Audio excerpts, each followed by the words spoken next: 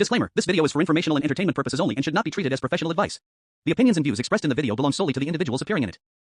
सितंबर 2024 शाहजहानाबाद की एक आम सी कॉलोनी अचानक एक भयानक राज का सेंटर बन गई।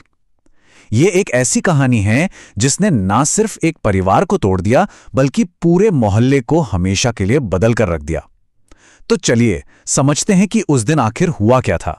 देखिए, इस कहानी की शुरुआत किसी गुमशुदगी की रिपोर्ट से नहीं होती। इसकी शुरुआत होती है एक बहुत ही अजीब चीज से, एक ऐसी बदबू से जो धीरे धीरे पूरी कॉलोनी में फैलने लगी थी और अपने साथ एक ऐसा खौफ ला रही थी जिसे कोई समझ नहीं पा रहा था। और यही गंध, यही वो पहला सुराग थी, एक ऐसा इशारा जिसने पड़ोसियों और फिर पुलिस को ये सोचने पर मजबूर कर दिया कि उनके बीच कुछ बहुत ही गलत हो रहा है। तो ये सब कुछ हो रहा था शाहजहानाबाद की एक रिहायशी कॉलोनी में। यहीं पर पीड़िता के घर के ठीक सामने वाले फ्लैट से ये अजीब सी बदबू आ रही थी। इस फ्लैट में अतुल नाम का एक लड़का अपनी मां बसंती और बहन चंचल के साथ रहता था। और जब ये बदबू बर्दाश्त से बाहर हो गई तो पड़ोसियों ने पुलिस को बुलाने का फैसला किया। पर यह बदबू आई कहां से? इस सवाल का जवाब जानने के लिए हमें थोड़ा सा पीछे जाना होगा। उस दिन जब एक 5 साल की बच्ची अपने घर से बाहर निकली और फिर कभी लौटकर नहीं आई। वो सिर्फ 5 साल की थी, एक छोटी सी बच्ची जो उस दिन अपनी दादी और चाचा के साथ घर पर ही थी, क्योंकि उसके मम्मी पापा काम पर गए हुए थे। उसे बिल्कुल अंदाजा नहीं था कि घर के इतना करीब ही कोई खतरा उसका इंतजार कर रहा है। बस एक किताब लेने के लिए वो पास के घर में गई थी, लेकिन जब वो काफी देर तक वापस नहीं लौटी तो घर वाले परेशान होने लगे। और उनकी इस परेशानी को और बढ़ा दिया मच्छरों को भगाने वाले घने धुएं ने, जिसने पूरी कॉलोनी को ढक लिया था। इस धुएं में कुछ भी देख पाना या किसी को ढूंढ पाना लगभग नामुमकिन था। जैसे ही बच्ची के गायब होने की खबर फैली, एक बहुत बड़ा सर्च ऑपरेशन शुरू किया गया। पुलिस और कॉलोनी के लोग सब एक साथ मिलकर उस बच्ची को ढूंढने में लग गए। सोचिए, 100 से भी ज्यादा पुलिस वाले जमीन पर थे। वो हर एक सुराग की तलाश कर रहे थे और उम्मीद बस यही थी कि बच्ची उन्हें सही सलामत मिल जाए। पुलिस ने कोई कसर नहीं छोड़ी। हर एक घर की तलाशी ली गई, हर छत और हर बेसमेंट को चेक किया गया। कॉलोनी में जितने भी सीसीटीवी कैमरे लगे थे उनकी फुटेज को बार बार देखा जा रहा था, बस एक झलक पाने के लिए कि बच्ची आखिर गई कहां। और फिर सीसीटीवी फुटेज से एक ऐसा सच सामने आया जिसने सबके होश उड़ा दिए।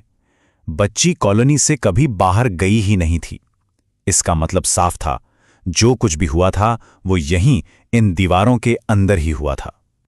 और इसी दौरान वो जो भयानक बदबू थी वो और तेज होती जा रही थी। अब पुलिस की जांच का हर सिरा सिर्फ एक ही दरवाजे की तरफ इशारा कर रहा था, अतुल के फ्लैट की तरफ।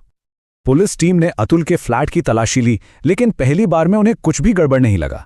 एक पल के लिए तो ऐसा लगा कि शायद शक गलत है, लेकिन उस बदबू को नजरअंदाज करना नामुमकिन था। वो बहुत तेज थी और एक ही जगह से आ रही थी, जिसने जांच करने वालों को वापस उसी फ्लैट में खींच लिया। उस बदबू का पीछा करते करते अधिकारियों की नजर अपार्टमेंट के अंदर रखी एक पानी की टंकी पर पड़ी। और यहीं पर इस कहानी का सबसे खौफनाक मोड़ आने वाला था। टंकी के अंदर पानी में एक बंडल तैर रहा था। जब उसे खोला गया तो तलाशी खत्म हुई, लेकिन एक खौफनाक सच के साथ। लापता बच्ची मिल गई थी, पर अब वो इस दुनिया में नहीं थी। जो बात इस केस को और भी ज्यादा डरावना बनाती है वो ये है कि ये काम सिर्फ एक इंसान का नहीं था। जांच में पता चला कि अतुल ने जब ये सब किया उसके बाद उसकी मां और बहन ने सबूत छिपाने में उसकी पूरी मदद की। मतलब ये एक सोची समझी पारिवारिक साजिश थी। इस भयानक खुलासे के बाद न्याय की प्रक्रिया बहुत तेजी से आगे बढ़ी। पूरा समाज जवाब चाहता था और अदालत ने यह पक्का किया कि इंसाफ में देर ना हो। अदालत का फैसला एकदम साफ और सख्त था। अतुल को उसके गुनाह के लिए मौत की सजा सुनाई गई और उसकी मां और बहन को जुर्म छिपाने में मदद करने के लिए उम्र कैद की सजा मिली। न्याय ने एक बहुत कड़ा संदेश दिया।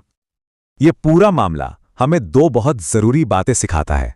पहली, जागरूक पड़ोसियों की ताकत, जिन्होंने कुछ गलत महसूस होने पर आवाज उठाई। और दूसरी, पुलिस की तेज और असरदार कार्रवाई।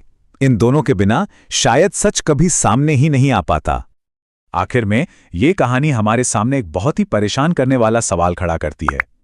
ये हमें याद दिलाती है कि हमारे बच्चे कितने नाजुक और असुरक्षित हो सकते हैं और ये हम सबकी जिम्मेदारी है कि हम एक ऐसा समाज बनाएं जहां ऐसी भयानक घटना दोबारा कभी ना हो।